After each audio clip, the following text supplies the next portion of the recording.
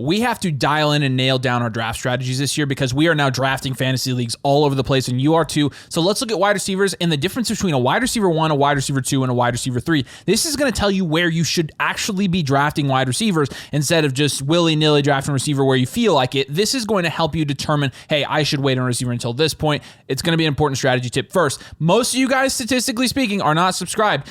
It really helps when you are, and we really, really would appreciate it. Smile when I say that. So make sure you subscribe for Nathan because he just smiled, but we appreciate you guys doing that and helping us grow the channel. With that being said, I'll let Nathan kind of start us off here with the data in the background that we looked into to determine what the thresholds are for each of these positions. Yeah, so I was really curious looking into this data, or before I looked into the data, what are these thresholds and what really is the gap between a wide receiver 1, a wide receiver 2, and a wide receiver 3, right? What is the opportunity cost when you are passing up on a wide receiver 1, a top 12 wide receiver in the first round or two, round and a half of your fantasy draft, and just taking a high-end wide receiver 2, or passing up on a wide receiver 2 and taking a high-end wide receiver 3? Well, we figured it out for you, and it really is pretty simple because when you're looking at the average points in 2023, well, really over the last 3 years, I want to look at this in like a 3-year sample size and not just 2023 so you can see the history and the trends. So wide receiver 1s on average over the last 3 years have been pretty close. They've averaged around 300 points in total a season. We're talking total points here, not points per game, because missing games does count against you, and playing games, is how you're able to start your players so that you can win your leagues. So when you're looking at the total points in average for wide receiver 2s over the last 3 years, there's a significant drop off where you go from 300 points to about 225 to 230 points on average over the last 3 years. And then let's go over to wide receiver 3s. You'd expect a similar jump, right? Or a similar drop. Well, actually, you saw it go from 187 in total points on average for wide receiver 3s down to 181 in 2022, all the way up to 203 points. You saw a 20-point jump in average total points for wide receiver 3s. That's 25 to 36. That is unreal. That's really, really, really high. Wide receiver 4, you have seen it stay pretty consistent around 155-ish. 155 to 160 is going to be the average production there for wide receiver 4s. So overall, you're looking at this data, you're like, okay, clearly, obviously, this is so obvious, right? Wide receiver 1s outproduce 2s, who outproduce 3s, who outproduce 4s. Yes, but how significant are the drop-offs? Because you're looking at the drop-off from wide receiver 1 to wide receiver 2. On average, you're looking at a 70-point drop-off when you're going from 1 to 2. It's like Finding Nemo tier. 70 total points. The drop-off, in my head, don't the touch whole the time. butts. It is unreal. Like that's pretty significant. It's not unreal, but that's significant. So you're like, okay, I mean, if you're seeing that much of a drop off from wide receiver 1 to 2, what about 2 to 3? 30 points. 30 total points on the season is the difference between a wide receiver 2 and a wide receiver 3. At face value, again, we're going to dive into this and look at the ADP and look at all the wide receivers that are going in the range 13 to 36 and even beyond. What is the takeaway, though, at face value?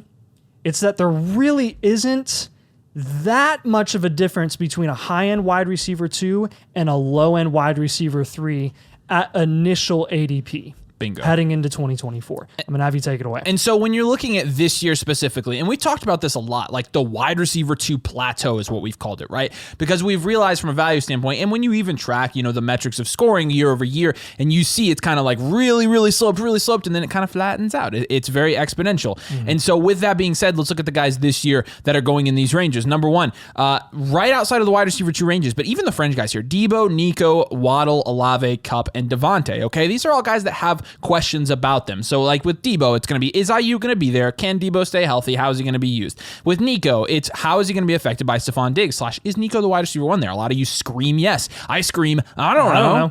Jalen Waddle. Is Jalen Waddle going to have a bounce back year? He was somebody that was getting a lot of targets, but will he be productive again this year at a high level? Chris Olave, will he actually take the next step and become a wide receiver 1? Or is he going to be more of that wide receiver 2 we've seen with a high, granted, high target amount, but is he going to be that again? Cooper Kupp, can he stay healthy? Is Puka going to affect him to the point where he can't really be productive? Devontae Adams, is he washed with no quarterback? Malik Neighbors, is Malik Neighbors a rookie on the worst offense in the NFL potentially? And the answer to that one is yes. But then you're looking at guys here, and this is still in the wide receiver 2 range, starting at a wide receiver 19, Ayuk, Smith, Metcalf, DJ Moore, Stephon Diggs, all of them good picks for one reason or another. The problem is when you come to the end of the second round into the early third in fantasy drafts, you notice that you don't know who to take. And I got trashed for this in one of my drafts because here I took Diggs and DJ Moore at the 2-3 turn when I was drafting from the 101. Granted, it was a reach for both guys, and I understand that, but I like those guys as much as I like anybody here because it's a huge tier of guys. And so let's look at some guys now, and I'll let you kind of talk about this as well. Let's look at some guys below that have just as good a chance at performing at like a wide receiver 2 level that you're getting at significantly cheaper prices. I mean, the first one, I can start us off. The first one's Michael Pittman. Michael Pittman's going to the wide receiver 25. He's been a top 15 wide receiver consistently, and you're getting him at a significant discount because of the bad quarterback play.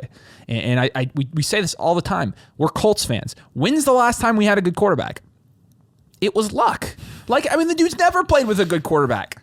Right? What are we doing here? Yeah. Richardson is what? Worse than Carson Wentz was? Worse than Sam Ehlinger was when he played for him for half a season and was a wide receiver 2? This is a perfect example of a guy, but who else are you thinking, in terms of this range that could easily end up being one of those guys that there's no difference between? I mean, I want to go all the way back to 40 and just walk down, right? Because you're going all the way back to 39. You've seen Deontay Johnson, who is one of the last number 1 wide receivers in his respective offense that's available at ADP in that range. You've got Chris Godwin, who is playing alongside Mike Evans. Mike Evans' touchdowns are very volatile, very unknown. He could score 15, he could score 6. We just don't really know. What we know with Chris Godwin is that he plays exclusively from the slot, or that's what we expect him to do this year. They've literally told us that that's what they're going to do. Pretty much. And we expect him to get more production this year. Calvin Ridley, again, very similar to Deontay Johnson, but he has alpha wide receiver capabilities, which he demonstrated dating back to Atlanta before he was even in Jacksonville. He can command 140, 150 targets in a year. He's absolutely capable of doing that. And again, this isn't just reharping on the guys that we've been, tooting their horns all offseason. This is just saying that this is reinforcing these tiers. This is reinforcing those drop-offs and how really when you're comparing Deontay Johnson, Jaden Reed, Calvin Ridley, heck, even Keenan Allen to guys that are in similar situations up top in the 15 to 13 range, like you said, Nico Collins, like Jalen Waddle, those are wide receiver, Cooper Kupp, those are wide receiver 2s. Who else is wide receiver 2? Well, we just said it. Keenan Allen is probably the wide receiver 2. Deontay Johnson, he's a wide receiver 1, but he'll probably produce like a wide receiver 2 because it's not a great offense. Jaden Reed could be a wide receiver 2. He also could be the 1 in Green Bay. You're looking at the same question marks for every single one of these guys. You can say, well, Nico Collins has more upside than those other people. Well, yeah, I mean, that is a reason why he's going ahead of them by multiple rounds. But also, I think we're kind of overplaying the gap between those players. I don't think the gap should be that significant. And what I do want to talk about here and what I do want to touch on and recognize is we're not saying that whoever ends up producing as the wide receiver 13 is not that much of a difference from the player who ends up producing as a wide receiver 36 at the end of the year. What we are saying and what we are touching on here, though, is the collective average of those ranges. So when you're drafting heading into 2024, more likely than not, the person that's being drafted at wide receiver 13 is probably not going to finish wide receiver 13. Because what do we know about rankings and what do we know about ADP? They never reflect what actually happens. So if you're really gambling and you're really taking a shot and you're playing your chances, the guy at wide receiver 3 has just as high a chance of getting into the wide receiver 1 range as he does decreasing in production and being like a low end wide receiver 2. So then you're looking at the chances and the probability and all that stuff. And you're like, okay, at the end of the day, wherever these top high end wide receiver 2 guys end up producing at the end of the season, it's probably not going to be super far from the guys that are at the bottom range. Yeah. Outside of the outliers, that are going to disappoint. Yeah. So that to me is a big focus. And I think those guys that I mentioned, like Deontay Johnson, Chris Godwin, Keenan Allen, Calvin Ridley, are guys that you want to be taking shots on. And if you're passing up on a wide receiver in the late second, early third round, and you're taking running backs instead, those are the wide receivers you want to target later. And definitely target those guys, because the flip side of this is you don't want to wait too long, because the value between wide receiver 1 and wide receiver 2 has remained fairly constant. There's a very large difference between them, right? And then you've seen wide receiver 2s and 3s become a little bit closer. However, don't wait till 4. Because the gap between wide receiver 3 and wide receiver 4 gets ginormous. Let's look at this really last year. Wide receiver 3 averaged 203 points. Wide receiver 4 averaged 158 points. And even going back, a couple years, this is a lot bigger than it was. In 2021, that gap was only about 30 points. In 2022, that gap was only about 22 points. And now you've got a 45-point jump now in difference between wide receiver 3s and 4s. So what it is really these top 36 wide receivers solidifying themselves, which when you do the math, that's about 1 wide receiver per team, right? With the elite 6 or 7 wide receiver 2s that end up making that jump up into that range, right? Which makes sense. Like you've got guys like Jalen Waddle, right? Guys like Devonta Smith, guys like from the Texans offense. You've got Ayuk and Debo. All those guys are going to have, all those teams are going to have multiple guys in the top 36. But then you also have a couple of teams that they don't have a wide receiver in the top 36. New England is not going to have a guy in the top 36 this year. And you do not want to be stuck taking Jalen Polk as your wide receiver 2, which I have seen happen in some fantasy drafts this year. And so a lot of people take this to an extreme and they wait way too long to get receiver. And so here's a practical takeaway from this, and I'm going to spitball off the top of my head here, but here's what I think. I think you should probably have at least 3 wide receivers from the wide receiver 48 range and higher. You may probably 4, but at the very minimum, you need to be trying to get at least 3 of those guys really in the top 40. That way, you're not stuck relying on either rookies, guys that have been washed for a long time, like Jerry Jeudy, guys like that, to actually start on a weekly basis. Don't pick a fight. You need to make sure. I don't think anybody's disagreeing with that. You need to make sure that you are starting guys that are actually going to be on the field getting consistent volume, because if you're not, you're going to be at a severe disadvantage. That being said, nobody really does that. Most of the time, the issue is we don't value other positions. We overvalue wide receiver. And so this is just kind of creating that balance between what, a wide receiver 1 is versus a wide receiver 4, and not waiting too long, but being able to wait enough. It's the sweet spot. It's right there in the middle, right? Don't draft wide receivers here. Draft them here, but do not wait till here, right? And so, again. And I think that's a misconception that a lot of people have when we do these buys videos and do these sells videos. It really, truly is almost always, unless it's George Pickens, about the price. And with the price, if you were to take a player, again, at the higher end of this tier versus a player at the lower end of the tier, and you flipped them and they flip positions, our opinions would flip as well, because it really is just about where they're being drafted and the return that you're getting on investment. It's return on investment.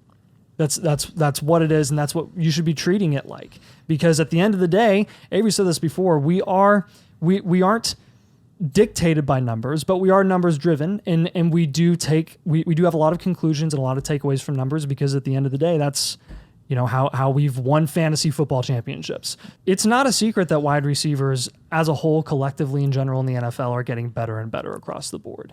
Right, we get so excited about how many good wide receivers there are in the NFL compared to the past, and how much more top heavy it was. But it makes it a little more difficult to navigate the landscape of wide receivers when there's just a lot of good, and you've got to separate great from good. Once you can separate great from good, then you just take the least market assumed good player, even though they have just as good a chance of being on the higher end of that, right, from a production perspective. And what's probably happening here is that gap that you had that used to be between wide receiver 2s and 3s has just moved down because there's more productive players, right? So every year in the NFL, you've got, before it was like, okay, you've got here your top 24 guys, and then there's a big gap. Now you have 36 guys, and then there's a big gap, right? And it's because A, passing volume is higher than it was. B, receivers have come out more pro ready out of college than they ever have before. Still is a huge gap between 1s and 2s, and that's remained because there's always going to be the alphas. That's not changing in the NFL. You're not going to get more alpha elite. Right. You're not going to get more Tyreek Hills, CeeDee Lambs, Jamar Chases, Justin Jeffersons. Don't undervalue the alphas. Bingo. Yeah. No. And that's really important. And so this would even support maybe going hero wide receiver. And so we had another video. It was like, okay, you need to go hero running back. This data says hero wide receiver. And so what does this tell you?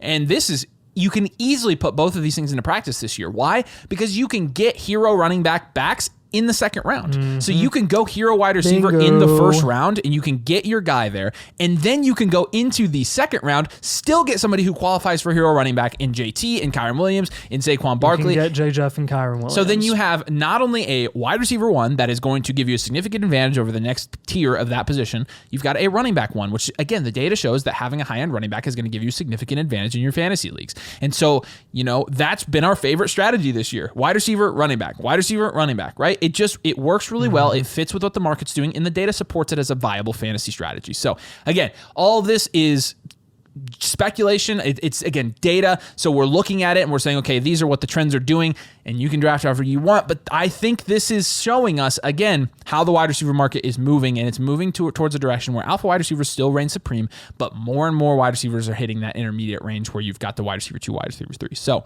do us a huge favor. If you haven't subscribed, make sure you do that. Make sure you also drop a like on this video. That really helps if you enjoyed the video, if this helped you with your fantasy draft. Those are the 2 things you can do that support us a ton, so we appreciate that. Flockfantasy.com/domain. Use code DOMAIN. Any subscription gets you our draft guide. It's really, really good looking. We'd love to give it to you guys, and we'll give our draft guide away for free at 10,000 subscribers to everybody. So if you subscribe, you help us get it to 10K, we'll give it to you for free. You don't have to sign up for anything. So, all right, we appreciate you guys. Thanks for watching. We'll see you later.